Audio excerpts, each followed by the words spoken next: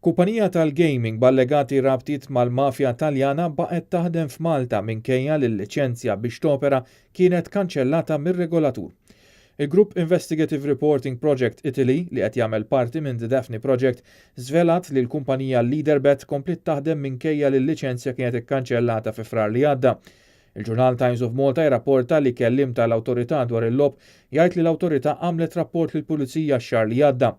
Din l-aħbar ġiet jum biss wara li l-istess Times of Malta u La Repubblika irrapportaw dwar allegazzjonijiet serji li kumpaniji tal-gaming f'Malta kellhom rabtiet mal-kriminalità organizzata.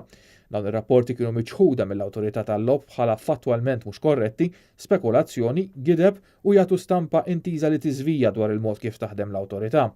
Qalet li dawn l-aħħar rapporti huma stejjer rehashed li dwarhom diġà tieħdet azzjoni. Skont dokumenti tal-qorti f'Palermo, il-kumpanija li s-sit ta' Leaderbet, LB Group, taħdem f'Palermo permezz ta' raġel imlaqqam Jonathan u allegatament warajha hemm żewġ familji mafjużi minn Cosa Nostra f'Palermo.